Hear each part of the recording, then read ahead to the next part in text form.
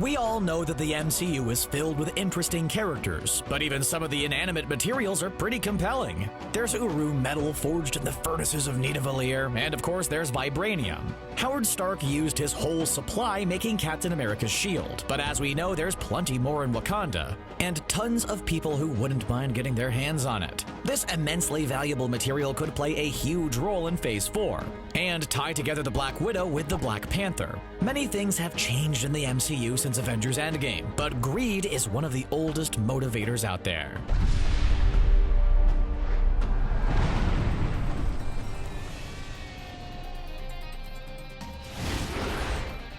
There was a time when vibranium was considered to be incredibly scarce. Now we all know that there's more of it. It's just locked up safely in Wakanda. What makes vibranium so special? It comes from a meteor that crash-landed on Wakanda ages ago.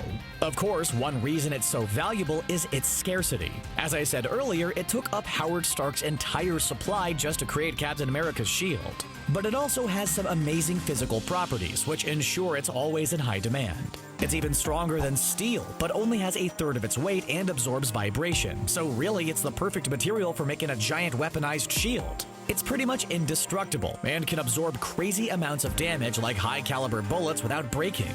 Cap's shield even managed to withstand a direct blast from Mjolnir, and that's also made of one of the strongest materials in the MCU.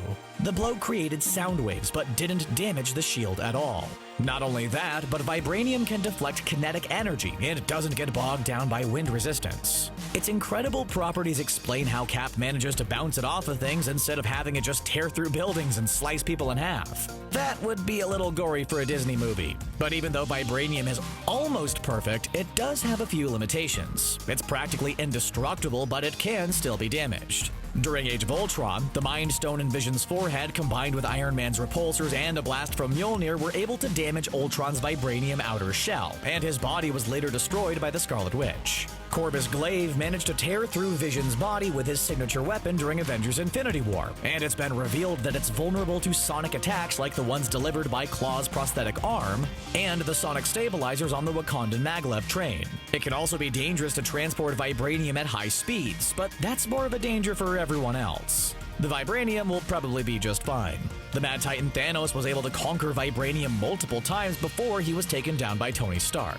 He broke Captain America's shield, and we all know what he did to poor Vision during Infinity War. Cap's shield is probably the most well-known use of vibranium in action, but it has other applications. The people of Wakanda weave it into their clothes, implant it in their bodies as tattoos, and use it to power their technologically advanced city.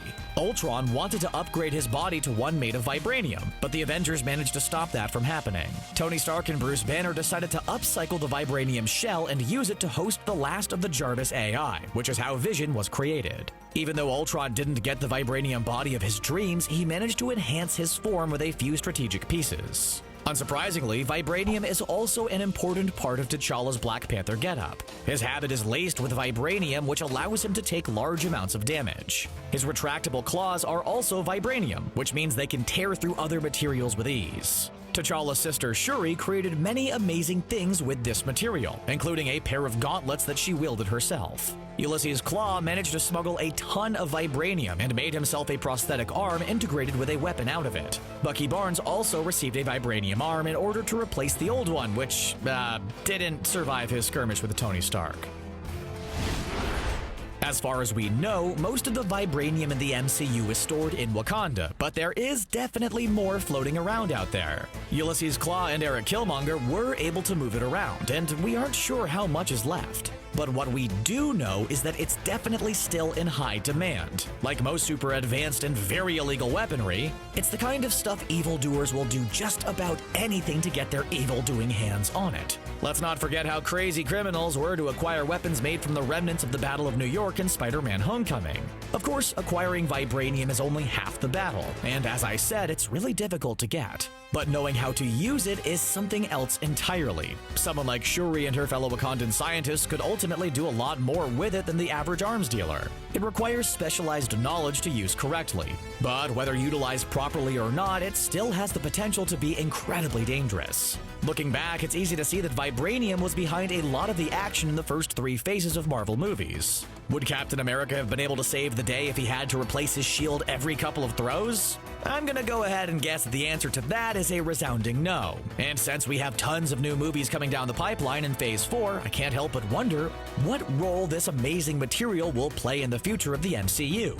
We know Black Panther 2 is going to happen, but that's still a long ways off. So now the question is, who is going to be the first person in Phase 4 to upgrade their weapons and/or armor to some sweet vibranium gear? One option is someone in the upcoming Black Widow movie. When Natasha Romanoff met T'Challa, she commented on the fact that his suit was made of vibranium weave. So clearly she had some background knowledge of the material, even though this happened before T'Challa went public with Wakanda's secret at the end of Black Panther. Of course, it's possible she picked up this information during her time with S.H.I.E.L.D., but it's just as likely that the KGB was also aware of it. Since the heroic Captain America had a shield made of the stuff that he used to help turn the tide of the war, it stands to reason that other countries, including Russia, might have become interested in his seemingly magical material. And if Natasha knew enough about vibranium to instantly recognize it, then it's likely some of the other Black Widow cast members will be similarly informed. Keep in mind that the Black Widow movie is going to take place after the events of Captain America Civil War and prior to the events of Avengers Infinity War. This means the movie begins prior to Black Panther, so the world at large is unaware of the fact that Wakanda is sitting on a massive stockpile of vibranium. The timing of this movie also means that Ulysses Klaue is still alive. He and T'Challa's uncle N'Jobu managed to smuggle out billions of dollars worth of the stuff, and was selling it to various people who probably didn't have the best of intentions. Maybe even someone like the Taskmaster. We're already familiar with Natasha Romanoff's arsenal. The Taskmaster is known for his ability to replicate the fighting techniques of anyone that he comes into contact with after seeing them do something only once. He can't mimic superhuman abilities, but he's definitely capable of replicating Natasha's moves. In fact, it would be a massive inconvenience if he just so happened to have a way stronger weapon, possibly one made out of vibranium. In the trailer, we saw the Taskmaster using a bullet-stopping shield, which could have easily been constructed with this precious material. In the comic books, it's not uncommon for the Taskmaster to wield items based on those inspired by other heroes. In fact, in the previous trailer, we saw him using a bow and arrows that reminded us of Hawkeye. Maybe it has something to do with whatever happened to Clint and Natasha in Budapest. It's possible that the Taskmaster acquired some vibranium that was smuggled out of Wakanda, or it's even possible that he encountered Eric Killmonger at some point in time. In the comic books, the Taskmaster spent time as a S.H.I.E.L.D. agent, so it's likely he's as familiar with the substance as Natasha is. He also starts the Taskmaster's Academy, a school dedicated to training criminals how to fight. Could the Taskmaster be at least partially responsible for Killmonger's amazing fighting techniques? It's also likely that the Taskmaster's backstory won't perfectly mimic the one from the source material, so perhaps he and Killmonger actually worked together in another way prior to the events of Black Widow. And then there's the Red Guardian. He was supposed to be the Soviet Union's answer for Captain America, but without having the benefit of the super soldier serum.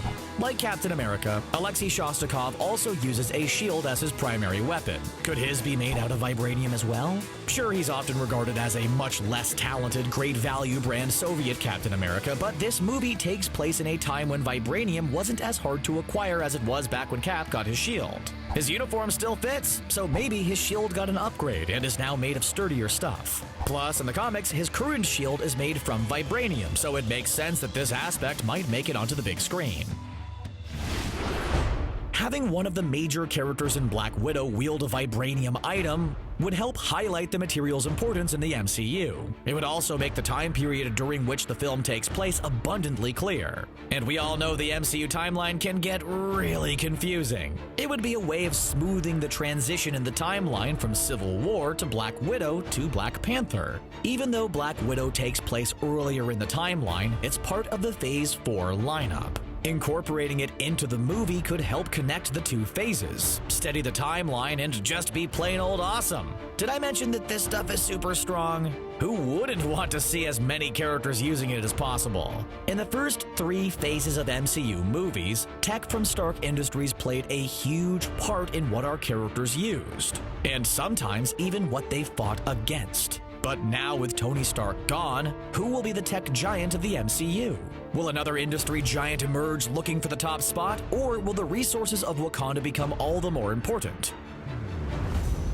I definitely wouldn't hate seeing the Taskmaster throwing around a shield made of vibranium. What role do you think vibranium will play in the MCU's Phase 4? Let us know what you think in the comments section below, and then click on that subscribe button and turn on your notifications for more great videos from CBR. We'll see you next time.